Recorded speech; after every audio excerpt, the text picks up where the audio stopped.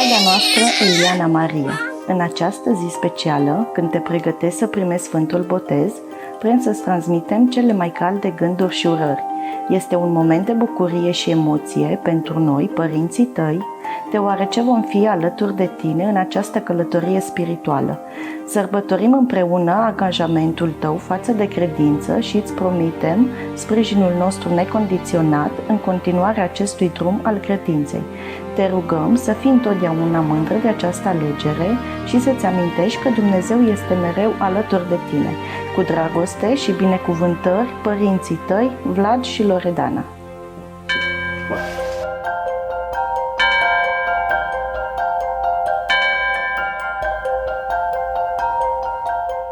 Tu, sudar iubitor, Doamne Împăratul, vino și acum cu pogura Sfântului Tău Duh și sfințește și apa aceasta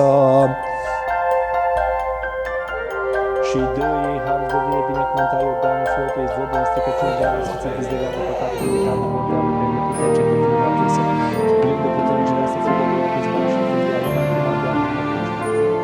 se botează, roabă Dumnezeu, Eliana Maria, în numele Tatălui, amin, și al Fiului, și al Sfântului Duh, amin, acum și pururea și în veci vecilor.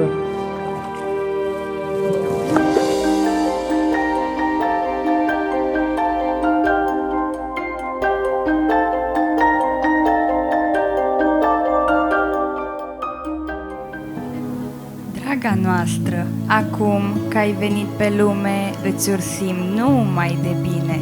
Te-om veghea și te-om privi, bucuroase noi vom fi, dacă tot ce-am ursit, tu ai dus la bun sfârșit.